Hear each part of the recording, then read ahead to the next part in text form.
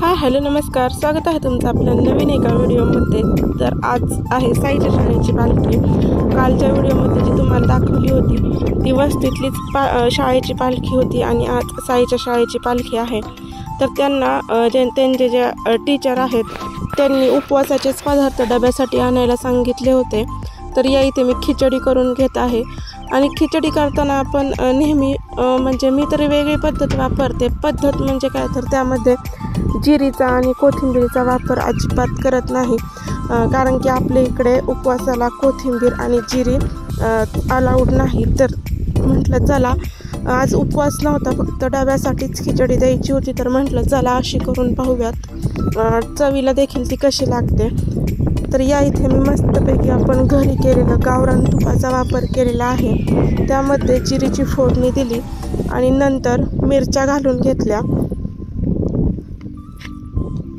आता मिरचीमध्येच बटाटासुद्धा घालून घेतला, जेणेकरून मिरचीचा थोडासा तिखटपणा त्या बटाट्याला लागला जाईल। तसेच मीठसुद्धा घालून घेतलं।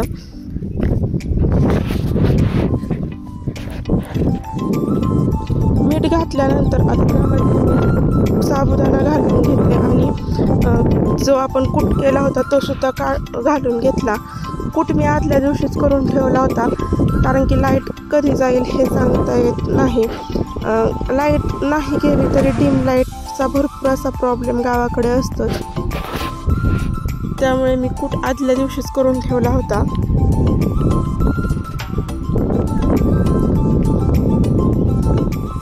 तर आजच्या व्हिडिओमध्ये तुम्हाला साईच्या शाळेचा पालखी सोहळा पाहायला भेटणार।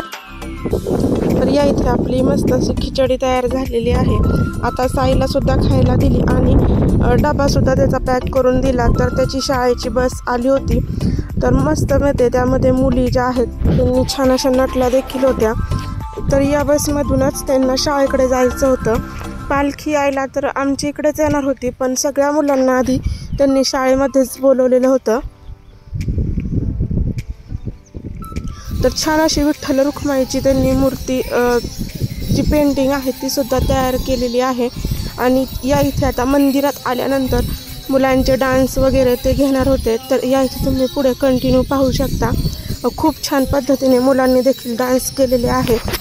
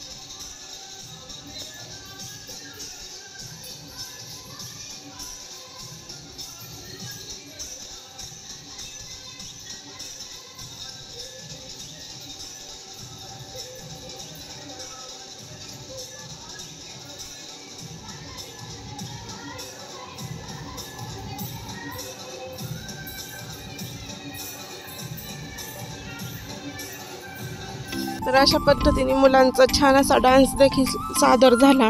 आणि त्यानंतर जे दुसरं मंदिर आहे वाडीतच तिथे गेलो, कारण की हे दोन्ही पण मंदिरं विठ्ठल रुक्माईचीच आहेत। आणि तिथून मग पालखी सोहळा चालत जी एक विद्यार्थिनी आहे त्यांची इथे जायचं होतं. अगदी एक अर्धा तासाचं अंतर होतं आणि तेवढ्या मुलांना म्हणजे अर्धा तासाचं अंतर नसलं तरीसुद्धा प्रत्येकाच्या दारात रांगोळी वगैरे काढून पालखीचं किंवा विठ्ठल रुक्माईचं औक्षण केलं जात होतं. त्याच्यामुळे तो जो पल्ला आहे तो मुलांसाठी नक्कीच मोठा होता.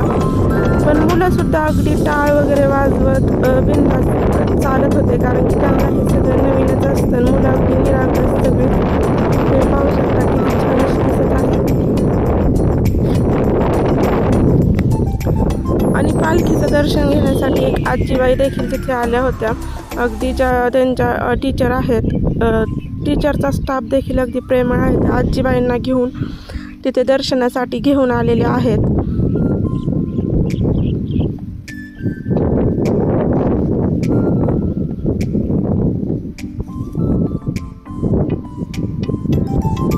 ज्यांच्या घरी पालखी सोहळा जाणार होता त्यांनी अगदी छान रांगोळी वगैरे काढून फुलांच्या पाकळ्या सगळ्यांच्या अंगावर टाकून त्यांनी स्वागत केलेलं होतं. आणि त्यानंतर तिथे सुद्धा लहान लहान मुलांचे कार्यक्रम झालेच. सोबतच जे पालक आहेत लेडीज त्यांचा सुद्धा छान असा कार्यक्रम तिथे त्यांनी घेतला होता.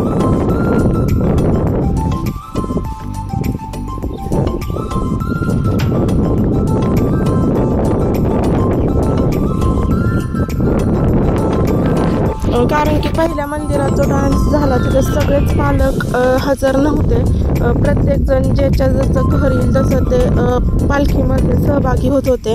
त्यामुळे त्यांच्यासाठी पुन्हा एकदा हा डान्स लहान मुलांचा घेण्यात आलेला आहे.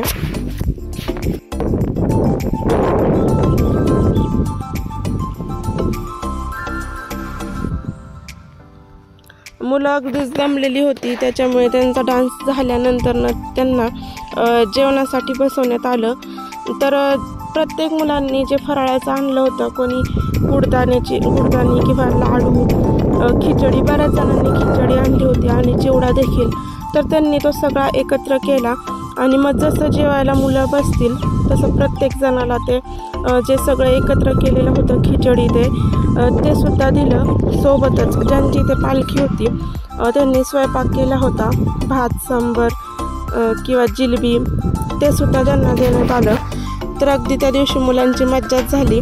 आणि मुलांनंतरनं जे पालक होते त्यांचा देखील कार्यक्रम झाला आणि त्यांच्यासाठी देखील जेवण त्यांनी इथे ठेवलेलं होतं.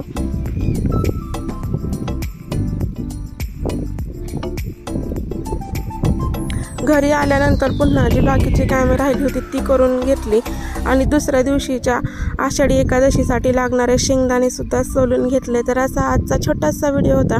व्हिडिओ आवडला असेल तर व्हिडिओ लाईक करा, शेअर करा आणि सबस्क्राईब करायला मात्र विसरू नका. व्हिडिओ पाहिल्याबद्दल धन्यवाद.